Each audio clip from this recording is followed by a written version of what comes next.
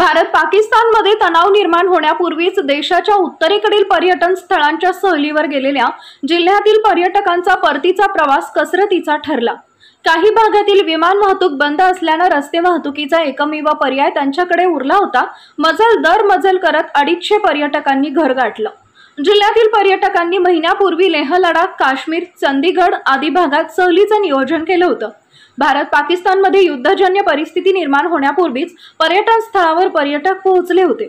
मात्र गेल्या काही दिवसांपासून पुण्यात 13 प्रवासी विमानांची उड्डाणं रद्द करण्यात आली आहेत। यामध्ये चंदीगड, अमृतसर, जयपूर, हैदराबाद, कोची, जोधपूर, राजकोट आणि सोरत या शहरांमध्ये जाणाऱ्या हवाई वाहतुकीचा समावेश होता। सांगली जिल्ह्यातील ज्या पर्यटकांनी या शहरांसाठी विमानांचं बुकिंग केलं होतं त्यांना ऐनवेळी ते रद्द करावं लागलं। मात्र ही सेवा बंद होण्यापूर्वी जिल्ह्यातील 250हून अधिक प्रवासी पर्यटन स्थळी दाखल झाले होते। त्यांचा परतीचा प्रवास हवाई वाहतूक बंद झाल्याने अडचणीत आला होता।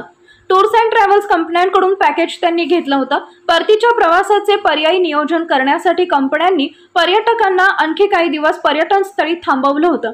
दोन्ही देशातील तणावाची स्थिती थोडी कमी झाल्यानंतर रस्ते वाहतुकीचा पर्याय त्यांनी स्वीकारला।